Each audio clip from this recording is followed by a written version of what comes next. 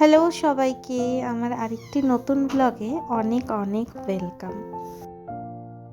তো বিকেলবেলা দিদির বাড়ি যাব বলে প্রথমেই এই দাদার দোকানে চলে গেছিলাম রোল কিনতে। খুব ভালো রোলটা ছিল।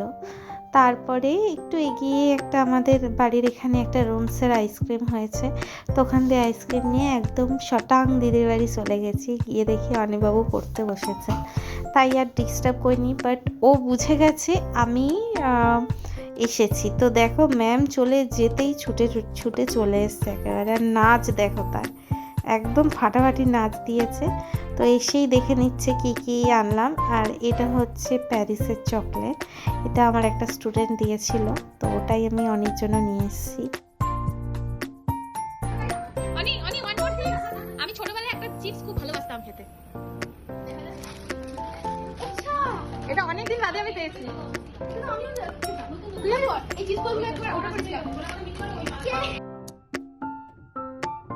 তারপর খাবারগুলো সবাই মিলে ভাগ করে খেতে শুরু করে দিয়েছিলাম। খাওয়া দাওয়ার কিছুটা বাদে দেখো অনি এটা মানে এটা অ্যাকচুয়ালি জামাইবাবুর ওই ফোন রেখে ভিডিও করার ওই জিনিসটা, মানে এটাকে এক্স্যাক্ট কী বলে আমি বলতে পারবো না।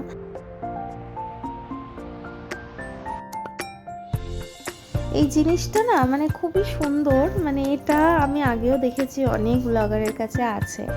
তো এটা আমি যেদিকে মুভ করছিলাম সেদিকেই মুভ হচ্ছিল।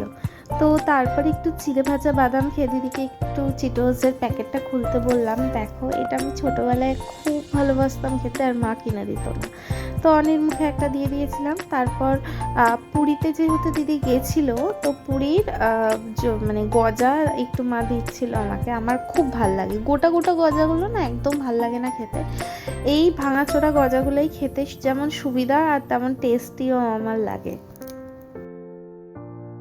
তারপর অনিবাবু আমার জন্য এই গিফটগুলো পুরী থেকে এনেছে। একটা হচ্ছে ফ্রিজ ম্যাগনেট, আর একটা হচ্ছে দেখো এই কি লকটা কি সুন্দর না, জগন্নাথ দেবের।